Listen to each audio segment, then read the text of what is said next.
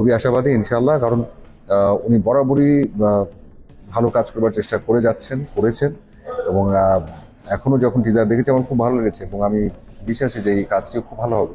আমি অবশ্যই বলবো যে একজন ধৈর্যশীল মানুষ, যে কিনা লাইফের তো বিভিন্ন সময় বিভিন্ন রকমের সিচুয়েশনসের ভিতর দিয়ে যেতে হয়, অনেক রকমের এক্সপিরিয়েন্স মানুষের তৈরি হয়, কিন্তু এই মানুষটি আসলে খুব ধৈর্যের সাথে বুদ্ধিমত্তার সাথে তার ক্যারিয়ার, তার জীবনটা পাড়ি দিচ্ছেন। বরং সেই রেসপেক্টটা আমাদের সবার করা উচিত, সেই সম্মানটা তার প্রাপ্য। ওনার সাথে দেখাও হয়, আড্ডাও হয়, ইনশাল্লাহ কখনো ক্যামেরার সামনে পড়ে গেলে দেখা।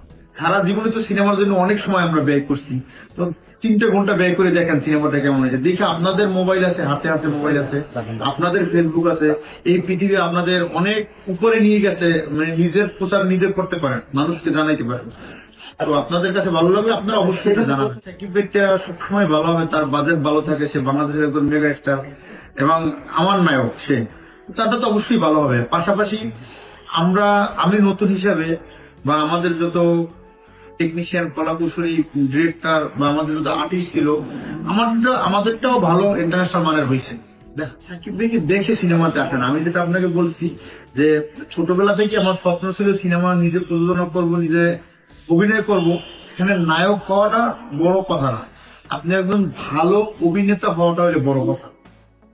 আমাদের ইন্ডাস্ট্রিতে কিন্তু অনেক আছে এরকম যারা ভালো অভিনেতা, তাদের নায়ক কিন্তু বলে না, তাদের বলে ভালো অভিনেতা। কে যাচ্ছে? চঞ্চল চৌধুরী যাচ্ছে, তাই না?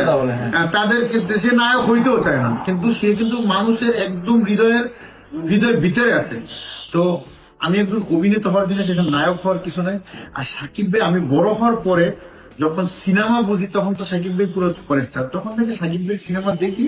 আর এখন যদি কেউ বলে যে সাকিব ভাই আমার প্রিয় না, তার সিনেমা ভালো লাগে না, সেটা সম্পূর্ণ ভুল।